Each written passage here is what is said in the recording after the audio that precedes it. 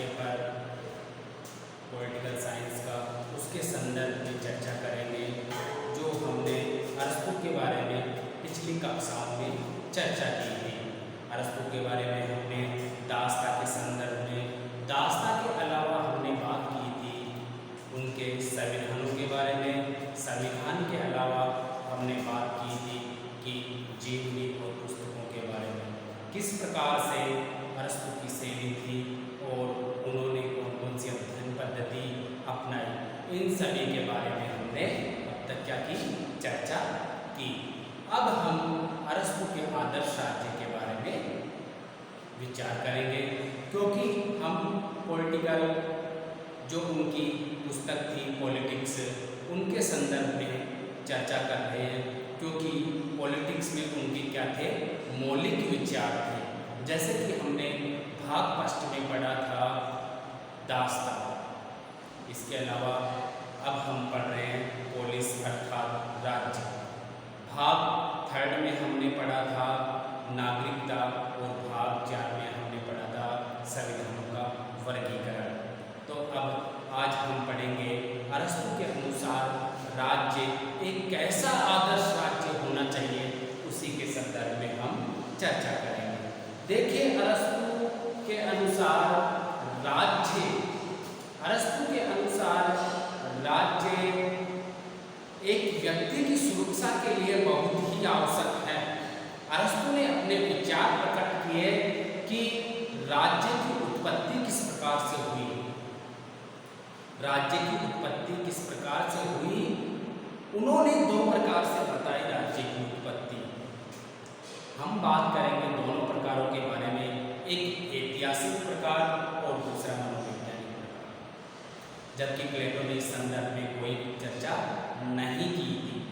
देखिए हम बात करते हैं उत्पत्ति के संदर्भ में कि आदर्श राज्य की उत्पत्ति किस प्रकार से हुई। उत्पत्ति का पहला प्रकार है ऐतिहासिक। ऐतिहासिक के बारे में हम चर्चा करें तो ऐतिहासिक का अर्थ हुआ धीरे धीरे विकास होना, अर्थात स्लो, धीरे धीरे ऐतिहासिक रूप से विकास होना। देखिए हम बात करते हैं कि ऐतिहासिक दृष्टिकोण के तहत किस प्रकार से विकास हुआ अरस्तु के तहत। अरस्तु ने कहा ऐतिहासिक दृष्टिकोण के लिए अरस्तु ने कहा कि सबसे पहले एक मनुष्य की उत्पत्ति हुई, अर्थात मानव की उत्पत्ति हुई।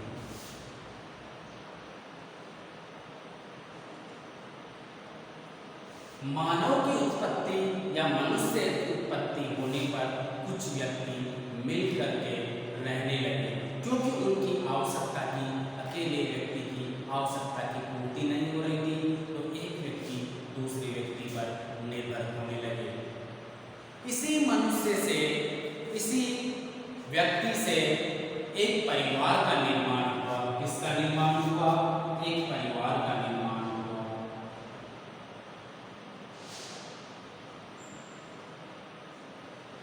परिवार का निर्माण होने पर, परिवार का निर्माण होने पर भी मनुष्य की आवश्यकताओं की पूर्ति नहीं होती थी।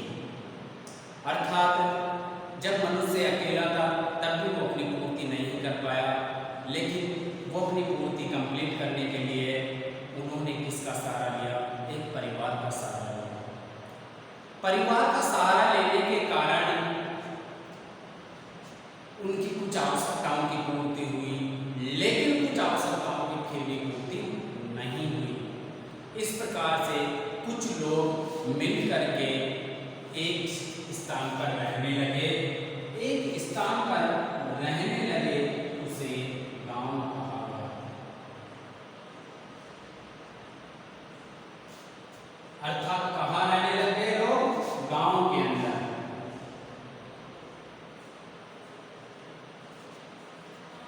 जब उस गांव के अंदर भी आवश्यकताओं की पूर्ति नहीं हो पाई, क्योंकि बहुत सारे व्यक्तियों से मिलकर के एक राज्य का निर्माण होता है और राज्य उसकी पूर्ति करता है।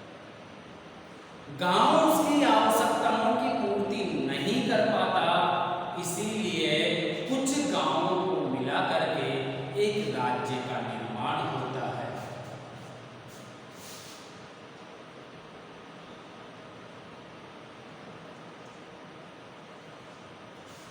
किसका निर्माण हुआ? एक राज्य का निर्माण हुआ। कैसे हुआ? सबसे पहले मनुष्य आया, मानव आया, वो अपनी आवश्यकताओं की पूर्ति नहीं कर पाया। कुछ लोग मिलकर के एक परिवार का निर्माण किया। इसका परिवार होने पर कुछ लोगों के द्वारा मिलकर के अपनी आवश्यकताओं की पूर्ति करने के लिए गांव का निर्माण किया। किसका निर्माण किया? गांव का। गांव का निर्माण करने के बाद में भी उसकी आवश्यकताओं की पूर्ति नहीं हुई तो उसने किसका निर्माण किया? एक राज्य का निर्माण किया। राज्य का निर्माण करने के कारण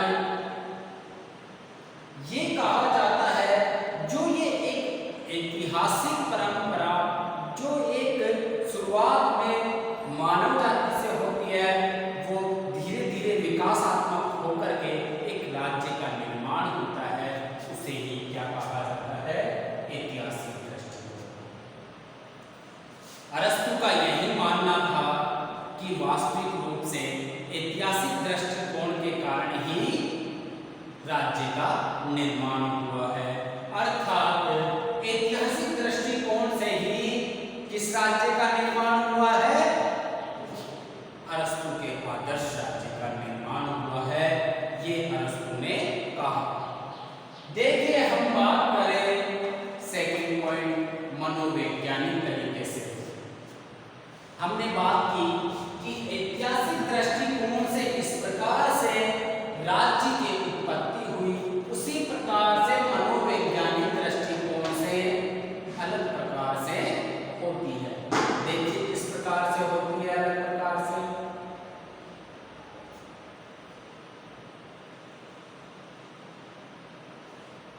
एक वर्ग अरस्तु ने मनोवैज्ञानिक दृष्टिकोण से यानी मानसिक दृष्टिकोण से, एक कल्पना की दृष्टि से राज्य की उत्पत्ति के बारे में बताया। ये तो ऐतिहासिक वास्तविक हो गया और ये एक काल्पनिक है, इसे मनोवैज्ञानिक दिया। कैसे किस प्रकार दिया? इन्होंने कहा कि मनोवैज्ञानिक दृष्टि से वर्ग पहले आया। क्या आया पहले? वर्ग पहले आया, यानी संपूर्ण चीज पहले आई और उसके बाद में अंश आया। यानी कि सबसे पहले किसकी संकल्पना आई? वर्ग की संकल्पना आई। वर्ग की संकल्पना सबसे पहले आई, उसी के बाद में अर्धवर्ग की संकल्पना आई। किसकी आई? अर्धवर्ग की संकल्पना। ये किसका कहना था? अरस्तु का कहना था। अरस्तु के अनुसार वर्ग की पहले संकल्पना आई, फिर उसके बाद में ही अर्धवर्ग की संकल्पना आई। तो अरस्तु ने कहा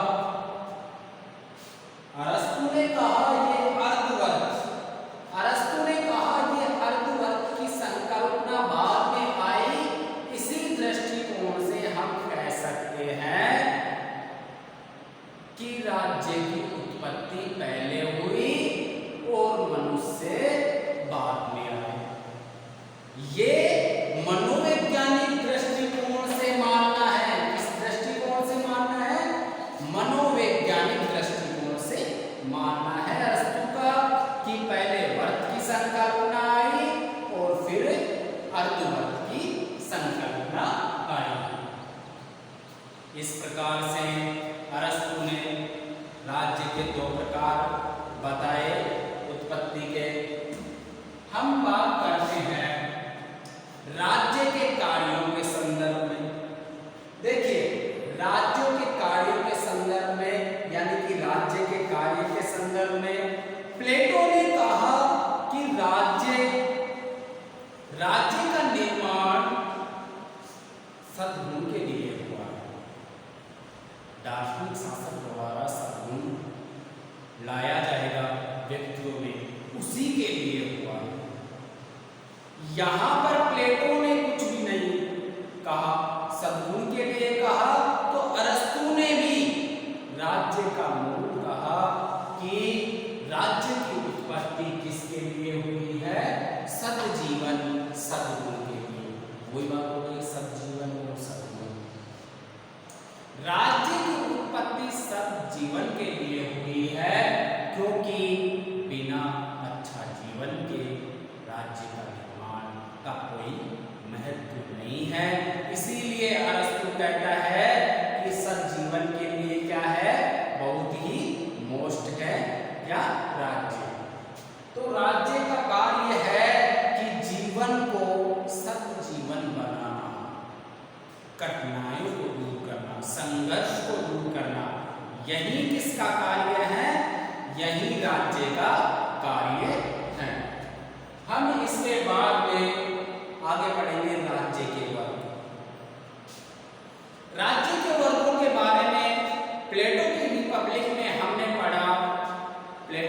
रिपब्लिक में हमने 3 प्रकार के वर्गों के बारे में चर्चा की, यानी व्यक्ति की आत्मा के, दार्शनिक वर्ग, सैनिक वर्ग और उत्पादक वर्ग। लेकिन यहाँ पर अरस्तु ने 6 प्रकार विभाजित किया, 6 प्रकार में इसे विभाजित किया। अरस्तु ने कहा कि राज्य के जो वर्ग हैं उन्हें 6 भागों में विभाजन किया जा सकता है। तो उन्होंने इसका पहला भाग बताया कृषक किसान। जिस प्रकार से वहां दार्शनिक वर्ग बताया जाता है उसी प्रकार से यहाँ पर इन्होंने क्या बताया, कृषक। देखिए प्लेटो और अरस्तु में भी यहाँ पर कुछ समानताएं दिखाई दे रही है। ये प्रथम 3 संपत्तिशाली, कृषक और सेठी, ये तीनों वहां पर किसमें आते थे, उत्पादक वर्ग में। अर्थात उत्पादक वर्ग का ही अरस्तु ने क्या किया है, विभाजन करके 3 भागों में डिवाइड किया है, विभाजन किया। इसी प्रकार से योद्धा, यहां पर अरस्तु 4था प्रकार बताता है, कौन सा, योद्धा। तो वहां पर क्या बताया जाता है, सैनिक वर्ग। सैनिक वर्ग बताया जाता है प्लेटो के द्वारा। अब हम बात करते हैं प्लेटो का जो प्रथम भाग था, दार्शनिक वर्ग। यहां पर दार्शनिक वर्ग को 2 भागों में डिवाइड किया गया है, एक न्यायिक और एक पारलौकिक। जो न्यायिक कार्य करता है वो न्यायिक कहलाता है, और जो पारलौकिक होता है, धार्मिक कार्य करता है, पारलौकिक कहलाता है। तो अरस्तु का कहना है कि ये दोनों किसमें आ जाएंगे, ये दोनों ही वर्ग किसमें आ जाएंगे, दोनों ही वर्ग आ जाएंगे दार्शनिक वर्ग में। किसमें आ जाएंगे, दार्शनिक वर्ग में प्लेटो के। तो यहाँ पर हम बात करें, तीनों किसमें आए, उत्पादक वर्ग में, ये आया सैनिक वर्ग में, और ये दार्शनिक वर्ग में। इसी प्रकार से अरस्तु ने 6 भागों में डिवाइड किया वर्गों को। अब हम बात करते हैं पॉलिटी स्टेट, यानी कि आदर्श राज्य के संविधान। एक आदर्श राज्य, प्लेटो ने जहां एक दार्शनिक शासक को सबसे बेस्ट राज्य समझा कि एक राजतंत्र हो और उसमें भी दार्शनिक शासक हो, वही सबसे क्या होगा, सबसे अच्छा राज्य होगा। लेकिन यहाँ पर अरस्तु का मानना है कि सबसे अच्छा राज्य होता है कौन सा, संवैधानिक राज्य, जिसमें विधि का शासन हो, विधि के द्वारा जो निर्माण किया गया हो नियमों का, उसके द्वारा संचालन किया गया हो, वही शासन सबसे ज्यादा क्या है, सर्वश्रेष्ठ है। सबसे ज्यादा कौन सा सर्वश्रेष्ठ है, पॉलिटी वाला, यानी कि संवैधानिक राज्य। देखिए इसके बाद में हम सामान्य विशेषताओं के बारे में चर्चा करते हैं कि राज्य की कुछ विशेषताएं होती हैं। जैसे उन्होंने कहा था प्लेटो ने कि राज्य की विशेषता ये होती है कि दार्शनिक अधिक से अधिक निर्माण करना चाहिए, सैनिकों में वीरता का निर्माण करना चाहिए, एक राज्य को अपने कर्तव्य का पालन करना चाहिए, सभी वर्ग को विशेषीकरण का पालन करना चाहिए, विभाजनीकरण का पालन करना चाहिए। इसी प्रकार से अरस्तु ने भी राज्य की कुछ विशेषताओं का वर्णन किया है।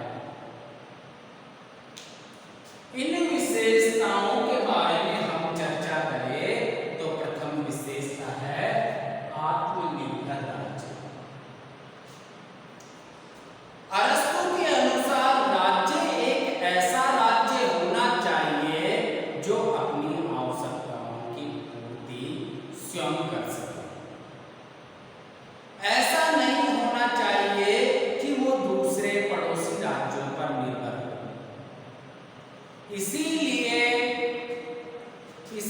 अरस्तु ने कहा कि राज्य कैसा होना चाहिए, एक आत्मनिर्भर राज्य, जिससे वह अपनी जनता की देखरेख कर सके, उनका पालन पोषण कर सके, उनका विकास कर सके।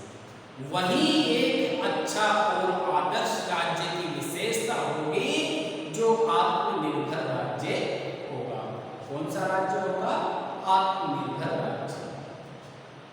हम बात करें दूसरी विशेषता के बारे में। दूसरी विशेषता है राज्य सर्वोच्च समुदाय है। अरस्तु का मानना है राज्य एक ऐसी संस्था होती है या राज्य एक ऐसा समुदाय होता है जो सभी समुदायों में क्या होता है? सर्वोच्च। संस्थाओं में भी क्या होता है? सर्वोच्च। किस प्रकार से देखिए, क्योंकि राज्य बहुत सारे व्यक्तियों से मिलकर के राज्य का निर्माण हुआ है। इसीलिए राज्य सबसे सर्वोच्च है, क्योंकि सबकी आवश्यकताओं की पूर्ति कौन करता है? ये राज्य ही सबकी आवश्यकताओं की पूर्ति करता है। इसीलिए ये एक सर्वोच्च एवं समुदाय हुआ, सर्वोच्च संस्था हुई।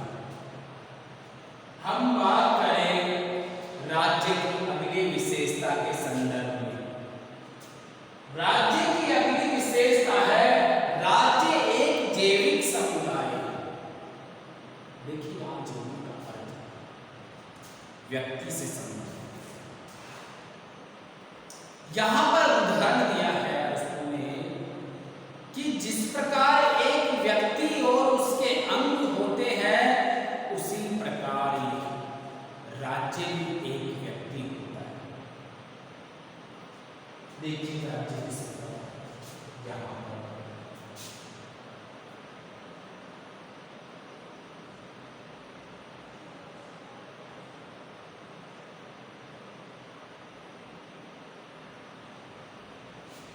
ये एक कंप्लीट व्यक्ति है।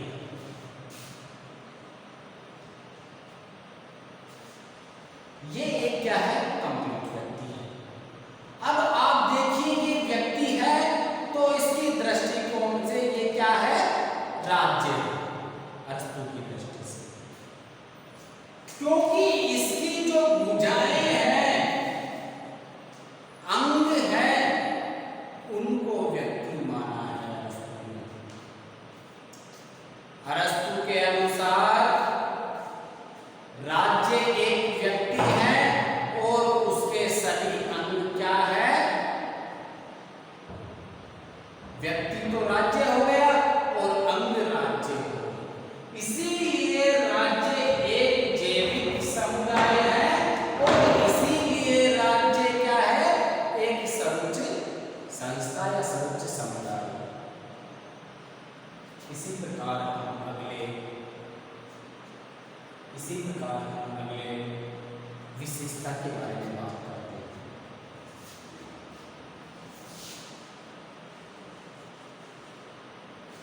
देखिए मध्यम वर्ग का।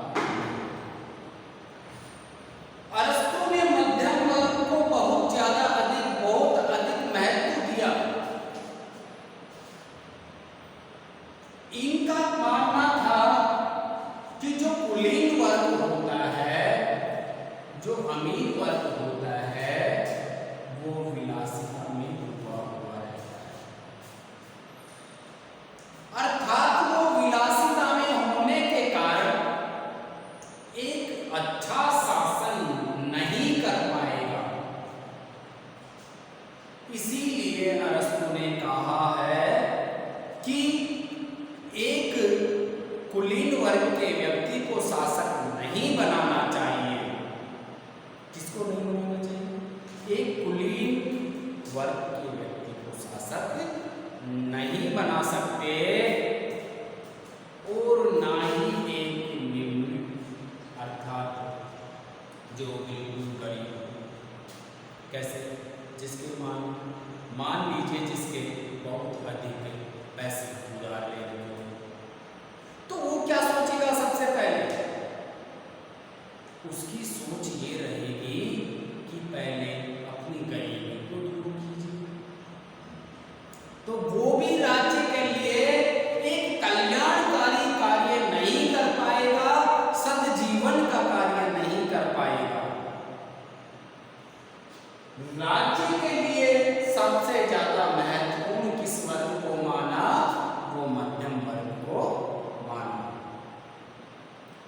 अरस्तु का मानना था कि मध्यम वर्ग सबसे महत्वपूर्ण होता है, क्योंकि ये निम्न वर्ग में भी जाकर मिलता है और कुलीन वर्ग से, उच्च वर्ग से भी जाकर के मिल सकता है। दोनों वर्गों में समायोजन करने की क्षमता है तो मध्यम वर्ग में है, क्योंकि कुलीन वर्ग निम्न वर्ग से दूर भागते हैं, क्योंकि गरीबों से कुलीन वर्ग ने बहुत समझता है, और जो निम्न वर्ग है वो कुलीन वर्ग से दूर भागते हैं। तो उनमें एक समायोजन का माध्यम है, वो है मध्यम वर्ग का महत्व।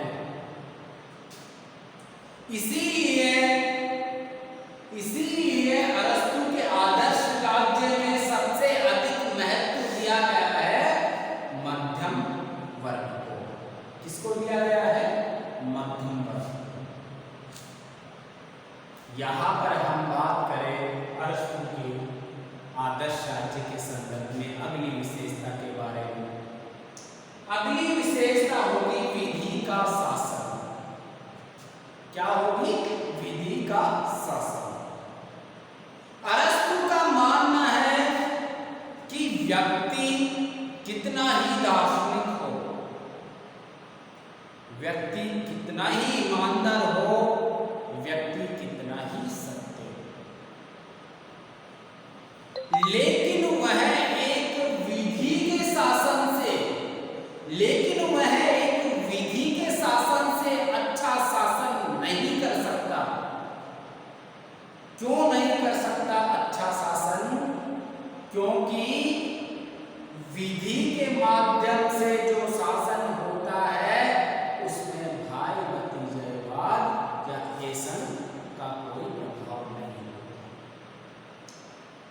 आपने देखा होगा, सुना होगा कि जो राज्य होता है उसमें अधिकांशतया शासक ये कार्य करता है कि उसी के जो करीबी परिवार के रहते हैं उन्हीं को सत्ता सौंपने की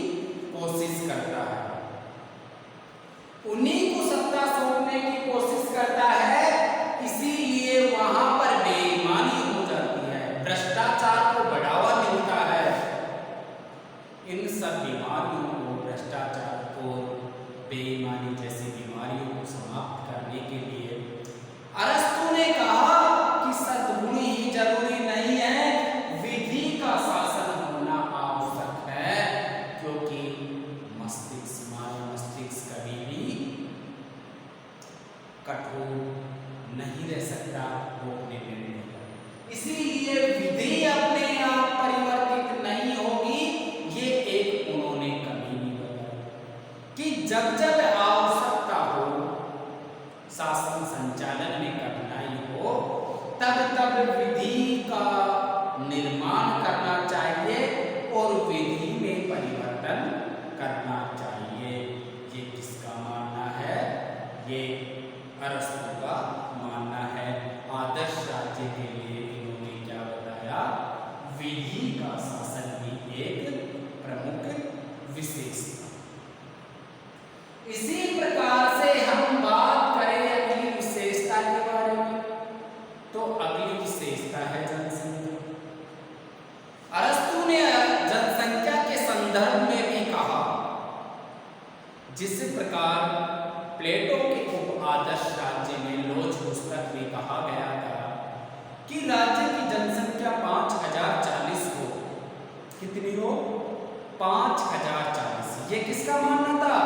प्लेटो का। प्लेटो का मानना था कि राज्य की जनसंख्या 5040 हो,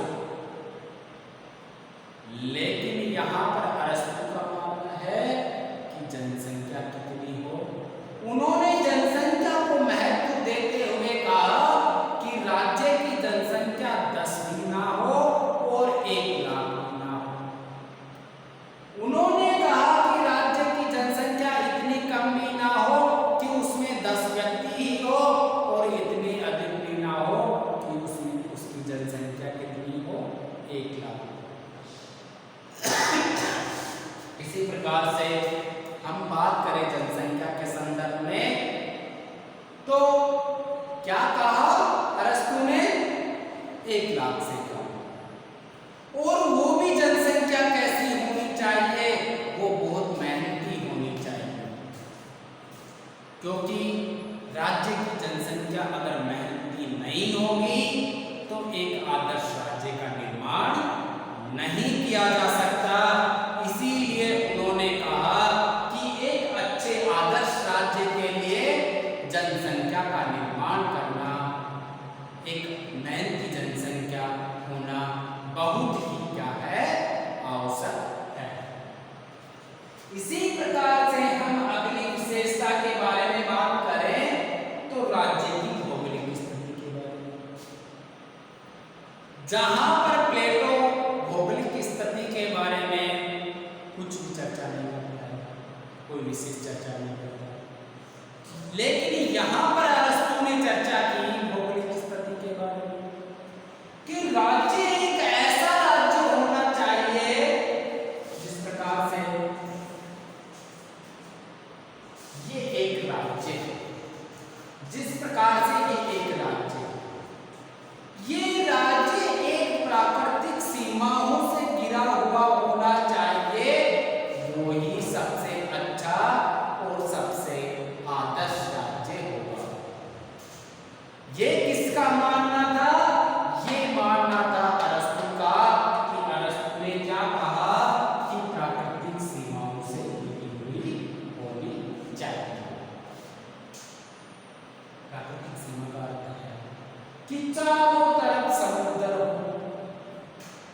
या पहाड़ हो, जिस प्रकार से हमारे भारत की सीमा है, बहुत सारी सीमा अपने समुद्र से घिरी हुई है, तो ये एक नेचुरल तरीके से सुरक्षा है। उत्तर की तरफ हम बात करें, हिमालय आ जाता है, ये हमारे चाइना से रक्षा करने के लिए है। तो इसी प्रकार से एक राज्य की जो सीमाएं होती है वो प्राकृतिक सीमाओं से घिरी हुई हो, उसकी भौगोलिक स्थिति अच्छी हो, ये कहा था अरस्तु ने। तो अब आज हमने जिस प्रकार से चर्चा की अरस्तु के संदर्भ में, तो अरस्तु के संदर्भ में हमने लगभग सभी के बारे में बात की। तो अरस्तु ने सबसे पहले उत्पत्ति के बारे में बात किया, उसके बाद में राज्य के कार्य के बारे में, और उसके बाद में संवैधानिक राज्य के बारे में, और फिर इसके बाद में सामान्य विशेषताओं के बारे में चर्चा की। इसके अलावा हमने राज्य के वर्ग के बारे में बात किया कि 6 प्रकार के वर्ग होते हैं। इन सभी को मिलाकर के जो एक वर्ग का निर्माण किया, राज्य का निर्माण किया, और यहाँ पर जो मनोवैज्ञानिक और ऐतिहासिक दृष्टिकोण के बारे में चर्चा विस्तृत रूप से की। अब हम नेक्स्ट क्लास में कल अरस्तु के न्यायिक अर्थात न्याय के बारे में हम चर्चा करेंगे, और अरस्तु हमारा कल कंप्लीट हो जाएगा। पिछली 3 कक्षा, इससे पहले 2 कक्षा और हो चुकी है अरस्तु की, तो ये हमारी 3 कक्षा हो गई, तो 4 कक्षा में कंप्लीट अरस्तु हमारा हो जाएगा। नमस्कार, धन्यवाद।